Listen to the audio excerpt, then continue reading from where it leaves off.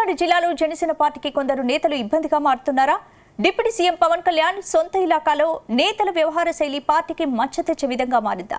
ఈ నాయకుల వల్ల పార్టీకి లాభం కంటే నష్టమే ఎక్కువనే టాక్ వినిపిస్తోందా? అసలు కాకినాడ లీడర్లకు ఏమైంది? వారంతా పార్టీ లైన్ దాటి ఎందుకు అతి చేస్తున్నారు? Let's watch the story.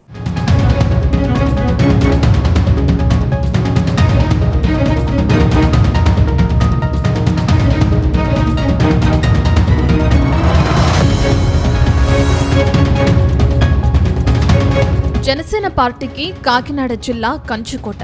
ఈ జిల్లా నుంచి డిప్యూటీ సీఎం పవన్ కళ్యాణ్ ప్రాతినిధ్యం వహిస్తుండటంతో పార్టీ మరింత బలోపేతమవుతుంది.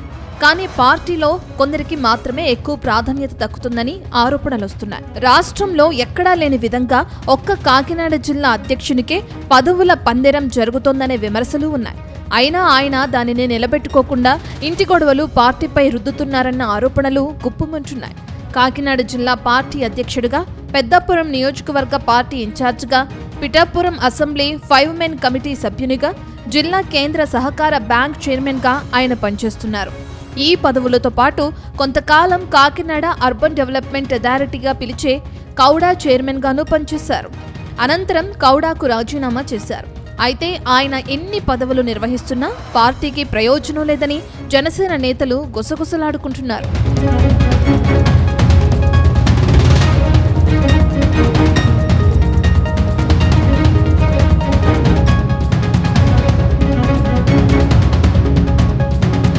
తాజాగా కాకినాడ జిల్లా అధ్యక్షుడు తుమ్మల బాబుపై తన సొంత చిన్నాయన కుమార్తె కిరణ్మయి తీవ్రమైన ఆరోపణలు చేశారు.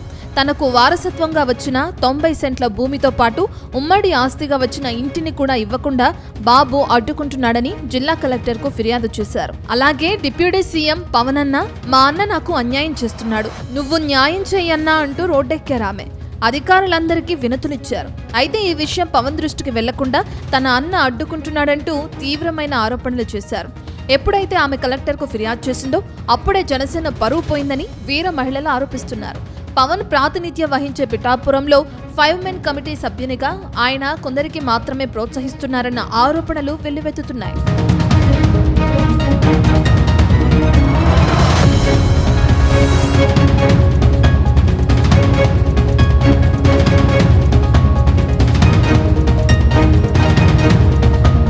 కాకినాడకు చెందిన మరో పార్టీ నేత తలాటం సత్య.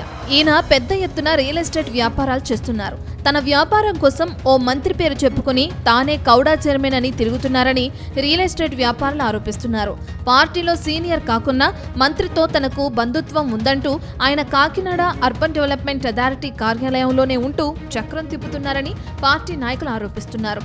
తుమ్మల బాబు ఈ పదవికి రాజీనామా చేయడంతో తిరిగి జనసేనకే ఈ పదవి వస్తుందని, కాకినాడకు చెందిన తానే ఈ పదవికి అర్హుడిని అని చెబుతూ నాన్ లేఅవుట్లకు సంబంధించి కౌడా కార్యాలయంలో చక్రం తిప్పుతున్నట్లు అధికారులు సైతం అంగీకరిస్తున్నారు. కౌడా చైర్మన్ పదవి కోసం టీడీపీకి చెందిన నేతలు తీవ్రంగా ప్రయత్నిస్తున్నారు. ఆ పార్టీ నుంచి 4 పోటీ పడుతున్నారు. చైర్మన్ గా తాము ప్రకటించుకోలేదని, కానీ ఆయన జనసేనలో ఈ పదవి తమదేనంటూ టీడీపీ జనసేన మధ్య చిచ్చు పెడుతున్నారని ఆరోపిస్తున్నారు.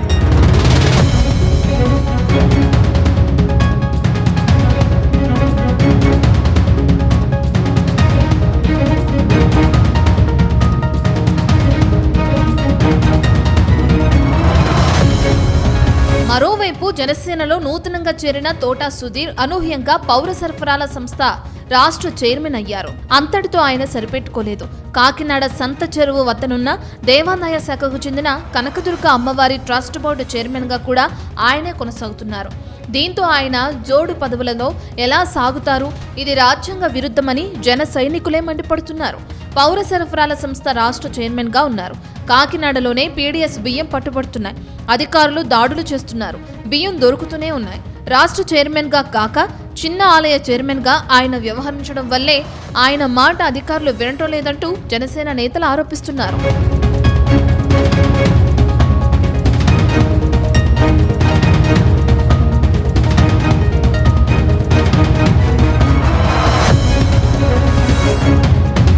మొత్తం మీద డిప్యూటీ సీఎం పవన్ కళ్యాణ్ అడ్డాగా మారిన కాకినాడ జిల్లాలో ఆయనతో కలిపి పార్టీకి 2 ఎమ్మెల్యేలు ఉన్నారు, 1 ఎంపీ ఉన్నారు.